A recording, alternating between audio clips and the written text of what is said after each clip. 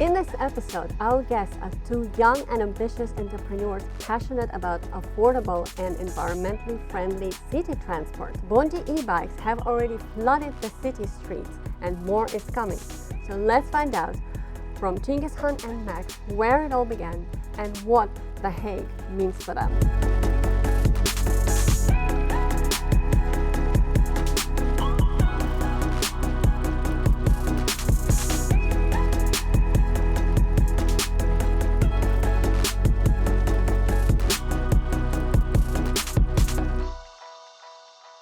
So, hello guys, welcome to the How I Got Here. It's really great to have you both. Thank you for thanks a having lot. us. Yeah, nice to be here. No, fantastic. I've heard a lot and I've seen your company and your products and I'm really looking forward to talk to you about it. Maybe let's first start with a small introduction with your names and maybe a little bit about you. Where are you from? Yeah, sure. My name is Genghis Khan, Kazakhstan. I'm from Kazakhstan. I came to the Netherlands a while back, 5 years ago. Started to study in the University of Wageningen because my parents do agriculture and they wanted me to kind of continue their steps. But I didn't really like spending my time in the lab, in like a lab coat with looking at the microscope. So I decided to kind of just change my study to study business, international business in this case, and just kind of do my own thing instead of like continuing their business. And that's where I met Max as well, on the intro day of our university. Cool. And Max, where are you from? I'm from the UK, so that's where I grew up, and then I moved to Switzerland actually to finish off my high school. And I went to work at a company that was focused on different innovative projects in the region of Schaffhausen. But I wanted to kind of do something different and further my knowledge in business and so on. So I actually came to the Netherlands to study. And yeah, just like you said, we met on the first day of intro week. And then like from there on, we were already like doing lots of different things together and kind of how it started. And did it start off immediately? Did you feel the chemistry? Did you feel the bond that you already knew from the very start that you want to do something together? Yeah, I bought some Chinese food that day as well because I was kind of hungry. On that, it was like a city tour, and then I couldn't finish it because it was so much. And I was like, "Hey, anyone wants this?" Max was like, "Me." Free food. I'm always there. So. that was it. Yeah. Sharing is caring. Exactly. And that's how it started. Exactly. Yeah. So we did quite a few different things before that. So we did some like charity projects, and we did a lot of like event organization for the different students because we always tried to build like communities around the people because we're international students as well, and we saw how like difficult it is to be integrated and so on. So we wanted to kind of create that, and we tried some like small business things beforehand, like selling products online and so on. But we never really felt the impact from that because it's good to do that, but we felt we could do something more really. So when did the idea of Bondi was born?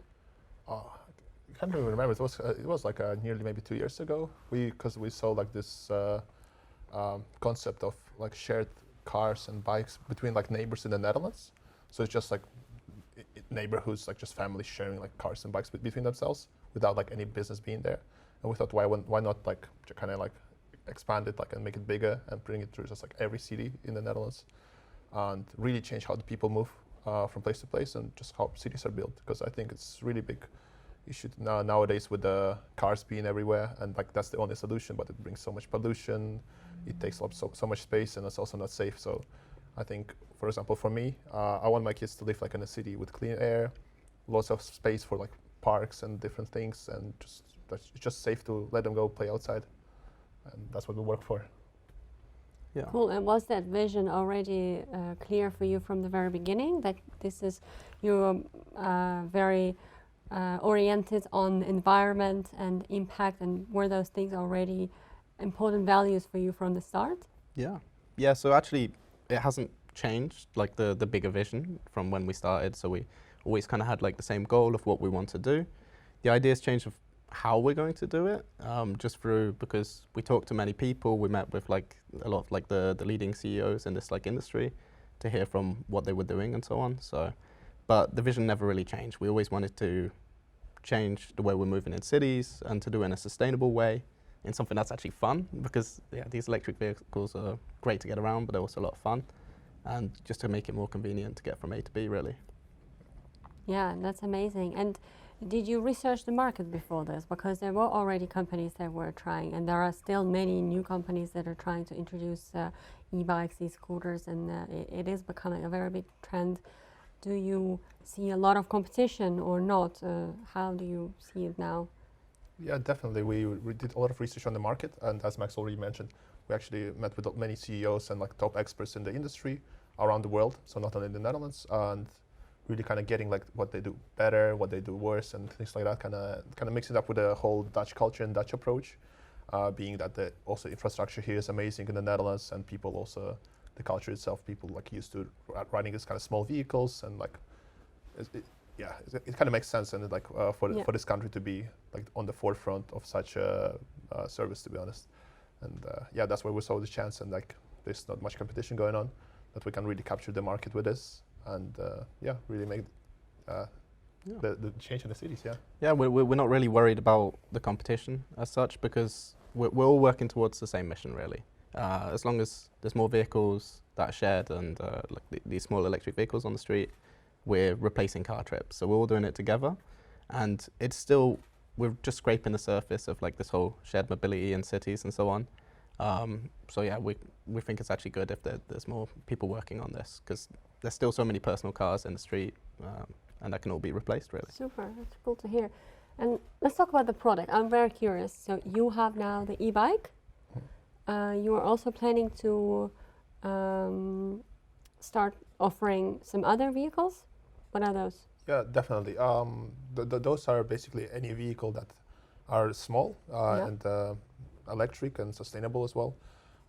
That's what we're aiming for. So it can be e-bikes we're starting with, but also like in the future small electric cars with like 2-seaters and stuff like that.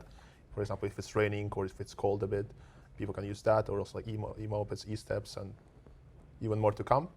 Right. But I think that because there should be a solution definitely for everyone in any situation, because otherwise the mindset won't really change. If there is a service but it's not as convenient, then you'll be like, I'll just stick to my car. But if there's anything that you want at any time, at any place, the right thing, I think that's what can really make the change. Right, yeah. And did you develop the design yourself of the e-bikes? Who helped you? How did you find the suppliers? Maybe you can tell us a little bit more about that. Yeah, Max is actually an expert in the whole getting some supply chain together and like the production, etc. And I'm more on the design part itself, like with the branding and just how everything looks. So it's also like part of how well we work together, I think. It's, so not in these kind of things, but just everything else. We kind of like really fill in each other's gaps, I guess. And yeah, it's a nice combination. Yeah, we spent a lot of time looking for suppliers as well. And I mean, we started 2 years ago basically coming up with concepts, and already back then we went over to Asia, met up with a lot of different factories and so on, looked at the products that they already had to offer and to see what we could do together with them. And then over the time, it has been difficult a bit with Corona recently, but still we have really good connection with them and so on. So it took a while to get to the right supplier, but we're really happy with who we're working with as well. So they produce the parts and ship it here, and it's assembled here. Is that the right No, approach, so or? it's all assembled abroad. Oh, it's all assembled. And then it's all sent over here as well. We would like to in the future also do the assembly over in Europe and the whole thing really, but at the moment for us to get started, this was the best way, and honestly over there they have really good products, so it's good. And yeah, we're always trying to kind of improve the way how everything was, and like definitely in the future, for example, our bikes will be made of like recycled material and things like that. That's what we're aiming for as well. And why it took us so long as well is because of course we wanted to provide the best service, so we were looking for like really the best bike out there. Because for example, the bikes that we're using now is. What is the best bike? How do you define the best bike for you? I think in everything, the way how it looks, the way how it rides, how responsive. The experience for the rider. Yeah, exactly. You can even see it on his Bondi experience. Bondi experience. That's what we care about in the end of the day. Yeah, and also since we're like the first-time founders, we basically learned how to start a business from YouTube. Actually, just like learning everything from there, like even like how to talk with investors, how to make a business plan and things like that. So it's been quite a journey. That must have been a really steep learning curve. for both of you. I'm Ah. sure you've learned a lot of useful lessons. Anything that you can share that comes right to your mind right now? That Yeah. the mistakes or lessons learned that you've made? What was the most difficult so far? There's been a lot of difficult things on the way. I think the biggest learning is you just have to do it. Like, you shouldn't be scared about it going wrong, because it will go wrong. I think we've made so many mistakes on the way, but that's part of it, because we've learned from all of those mistakes. So, and we've just always just tried to do what we think is right, and then we learn from that, and then we adapt, and then we just keep going forwards. Because at the beginning we had such a basic idea of how it's going to go, but if we wouldn't have tried it then it wouldn't be what it is today. So can you give an example of one moment when you thought, oh God, it's all going wrong, it's falling apart? A moment when you felt that it was, of course you kept going, but when was that moment when, what was the situation when you felt, oh, it's impossible? Oh, I don't know. Nothing really particular comes to my mind, but I think, as Max already said, it's just us just kind of sleeping over it maybe, and then just waking up in the morning and just going right at it again. Because it's something we like kind of live by. I even have a tattoo of it, to be honest. The interaction with boldness, it says. It's from the book, and well, that's what we always try to do. Just kind of go for it, and then we see. Yeah. Was it difficult to find investors for your project, for this business? It took us some time, definitely, because it's a really hardware focused business, so it's a heavy investments. It's not like making an app or anything like that. So yeah, it took us some time. We actually, during the finding investors, like a friend of ours, told us like, oh, there's like a quote 500 list in the Netherlands. Maybe you should just like contact them, and which as a joke, he said, but we took it serious. So we actually reached out to them and like met with a lot of them, went to their houses, and like really nice people. And yeah, and eventually we found an investor. Just like reaching out to people, because especially being internationals, coming to the Netherlands, not speaking any language, I think it's crazy how helpful people are here. They just trusted two university students basically, and just went together with our dream, and I think that's amazing. I think this kind of things happen in the Netherlands. And we still get a lot of advice from the people that we've actually met. So they didn't come on board with us, but we still talk to them, tell them what's going on and so on, keep them in the loop. Because they still have huge amounts of business experience, so they're really happy to help us, which is very nice to see. That's very interesting to hear that you actually didn't go through any accelerator or a big hub that has special programs for startups like yours. You actually found a private investor. Maybe for the first-time founders, it's even harder, but you found your way. You found your investor, which is great. How do you feel now, working and being in The Hague? Do you feel connected to the ecosystem of The Hague, to the startup community that's here? Yeah, it's been really cool, to be honest, because when we came here, it was still that we didn't have any investment. We didn't know what was going on really, but we joined the Hague Tech, for example, and then we met a lot of people through that. We got a lot of connections. Also, actually, even our warehouse just happened through a Hague Tech person, so that was really cool. Also, the Hague Business Agency helped us out a lot. Really great help, like people like Anish and Guy. It's a huge amount of help, and like just like this whole like Hague community is amazing. Like Apollo, Humanity Hub, people from the municipalities, just kind of like feels like a big family, and everyone just kind of tries to help each other, and we really feel like at home here. To be honest, it's really nice. Yeah, that's really good to hear. This, I hear it a lot from entrepreneurs in The Hague, so it's really wonderful. And so, how big is your company now? How big is your team now? We're 14 people in total at the moment. So we're growing quite quickly. So we just launched in Enschede last week. So we're active in 3 cities, Delft, Den Haag and Enschede. And we're scaling up to 6 cities by the end of this month.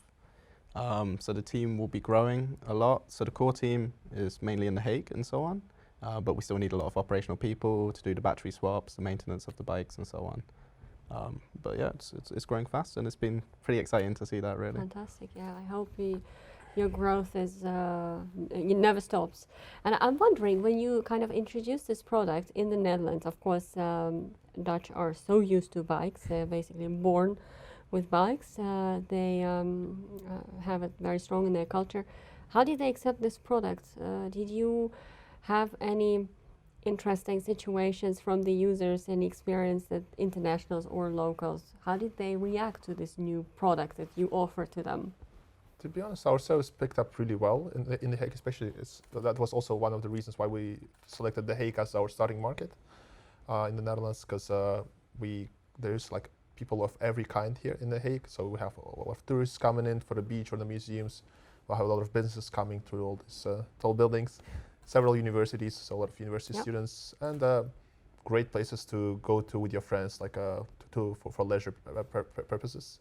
So we kind of have like people from every target group that we aim for, and I think that was really great, because then people downloading the app, we have like thousands of new users every month. People really happy with the service, and I think it's really great. We're receiving a lot of feedback and things like that, and I think it was a great start in The Hague. Yeah, definitely. Yeah. Oh no, it was really cool to see like just people straight away when we deployed the first bike. Somebody like went up and they were like, "Oh, what is this? Oh, a new one!" And then like downloading the app, it was really cool to see that they're picking it up so quickly. And I think it actually plays in our favor so much that like the Dutch culture is all around biking, because they know how it works. They're used to it. They might not have tried an electric bike, but still they're used to biking around all the time, and the infrastructure is perfect here. Yep. But yeah, the growth was really quick. Like we saw great numbers straight away as soon as we put the vehicles out.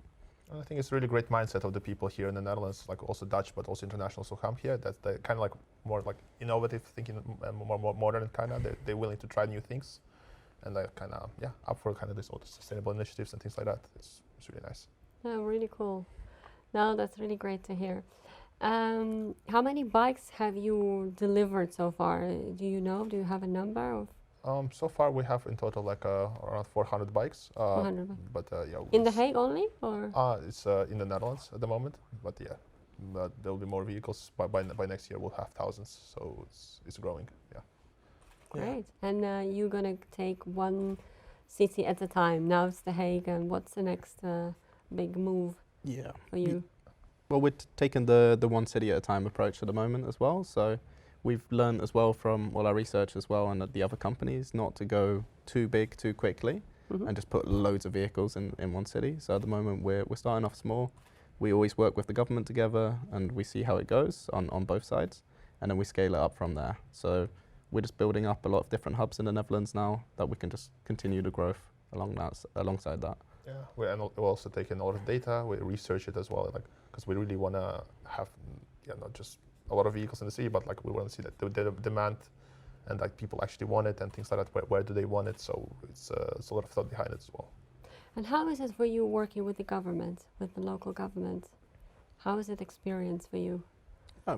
It varies from city to city, really. So in the Netherlands, they've chosen the approach that every city can choose how they want to operate with the shared mobility operators. But most are forward thinking and open to it. So even with The Hague, for example, we sit down once every quarter just to discuss how things are going, the good things, the bad things, and so on. But they're really happy with us. And I think, especially because we're, I guess, a smaller player in comparison to the others, they see that we're really implementing those changes. And we want to keep that in our culture as well as we grow, that we're really working together with the government. We're ready to make those changes. And because we want to offer something that's good for the people and the city itself as well. Yeah, and the government is really helpful as well. They're like, oh, maybe you can contact this person and things like that. They like can connect us with different people, give us different advice. Yeah. It's like we're like in the same team basically to just make the service better. How do you, would you say that the government here is very approachable compared to, because you both come from other countries, you obviously have different experience. If you compare that to the way the government and national authorities work here with entrepreneurs, is it different? Is it better? Definitely. Well, in Kazakhstan, any government worker will ride in like a black limousine on the street. You can never approach them because they have like security guards and things like that. Here's like you can just directly text them on LinkedIn or whatever, give them a call.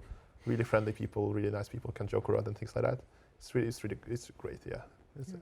I think that's the Dutch culture really as well. Just people are really open. They're fine to talk. There's no like hierarchy really and so on. So yeah.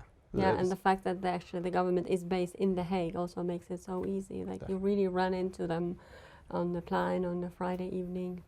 Yeah. Yeah, true. Or approach them on LinkedIn, as you say. Yeah, we still need to get some on our Bondi bikes, and then that could be nice. Yeah. And so you guys are super busy. I can imagine growing fast, developing new products, improving the existing ones. Do you have any time for other things in life, to explore the city? Do you live in The Hague? What can you say about your life in The Hague? Yeah, we actually do live in The Hague. Moved here with the business, and it's really fun, to be honest. My favorite part of The Hague is I always bike in the mornings. It's a hobby I picked up from the Netherlands. So yeah, 6 in the morning I go for a bike ride. So from my house to the beach area, then like to the Wassenaar and like through the forest, and like a nice morning ride. It's like my favorite time of the day, because I can just kind of think about things, listen to like a podcast or something like that. It's really great, and then see the whole Hague as well in the morning. Nice. Yeah. And we're both actually full-time students as well at the moment, Yeah. so combining both, it is difficult. But yeah, I think this is really important for us, and we really want to see it as a success. So we're happy to put all our time into it. Yeah. But I think you probably hear it a lot as well. I think the beach is my favorite part of The Hague. It's just nice. This summer hasn't been too great, but it's still good to just be 10 minutes away from the beach. I've never had that in my life before, so Yeah, that's really awesome. that is indeed. And I've heard you were also one of the sponsors for the, what was that, a beach festival, or a beach volleyball? Yeah, the Olympic qualifications for beach volleyball. Correct. Never thought in my life that I would be any way related to Olympic Games, but it happened. It was really cool. Once again, Nice. happened through just connections and nice people in The Hague. Yeah, everything is possible. How did you come up with the name Bondi? Bondi bikes. Is there any story behind it? Yeah. And what does it mean? Well, probably everyone kind of heard about Bondi Beach in Australia. Mm-hmm. It's like kind of a mythical place, because nobody has ever been there, including us or anyone in our team. But everyone knows about it, and they still have a smile on their face when they think about it, because it's like a nice like paradise that you want to be in, and like also kind of surfing the streets and things like that. That's what the feeling that we want to bring to the people, like this kind of, in Dutch, I guess, gezellig kind of feeling. Yeah. And it's also, the colors, the branding as well is all like around that with the waves and things like that. And also the color blue that we're using is Bondi blue. That's the name of it. So yeah, and we want to Bond the people in the city. bonding the people and places together. I see. Yeah, that's really cool. Yeah, it's a really catchy name. It really sticks. I think you made a right choice. Yeah, and we have our own Bondi beach here as well, Yeah. so it goes really well with The Hague, I think. Yeah. It's a good choice. Yeah, and we were looking also for the word that like ends with a smile, because Bondi and you smile in the end. So it's really nice. So when you started your company, why did you choose to come to The Hague when, of course, there's Amsterdam, there's Rotterdam, many other great cities in the Netherlands? Why The Hague? I think it was the openness of the city, to be honest, to what we were providing. Especially, like we approached the cities such an early phase when we didn't really have any products on the roads, but they were welcoming us there, and to come and like to help and kind of settle down. And I think it's really great. And the city is amazing as well, with just having everything here. I think that's just best for our service, and we made that decision. Yeah, on top of that, we also have all of our customer segments here. So we have leisurers and tourists who come here for the beach or just to go shopping and so on. We have students, we have people who are working and commuting and so on. So it's really great city. It has a little bit of everything for us. So, and it's all quite spread apart. So if you want to go to the beach, then something like this is perfect really as well. Okay, your story is very inspirational, guys. It's really amazing that you are still students, but you are already founders of a very successful and fast-growing startup in The Hague. I hope that other entrepreneurs in the world watching this interview will be inspired and will believe that it's possible to do it and choose The Hague as the place to do business, doing good and doing business. This is one of our mottos in the city. I was wondering if you could, from your experience already that you have, could share some tips and advice for young entrepreneurs to share. Anything that you can, I think give us? going back to what I mentioned before, you hear it everywhere as well, but just do it. You have to try it. you will mess up a lot on the way and so on, and it might look completely different to how it started, what it is in the end, but you will make it happen just by trying things, just evaluating what's working, what's not working, and being open to change. So we talk to so many people, we always listen to their feedback and see how we can improve on that.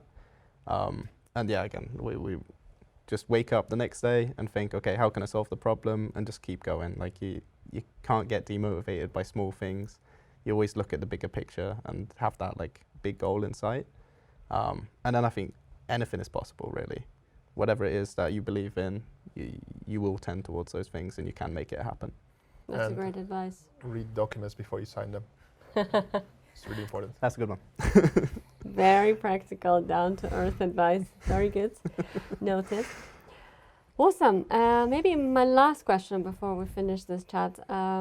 What do you wish for The Hague to happen in the future? Yeah, I would like to see more shared mobility options in The Hague. I think it's great. Like more people can get around, less cars. Let's get rid of that. Let's build the city around smaller vehicles that are being shared. Let's make it more efficient and better for the environment as well. Awesome. Anything to add? Hague is already pretty great. I'm happy, so it's okay. Cool.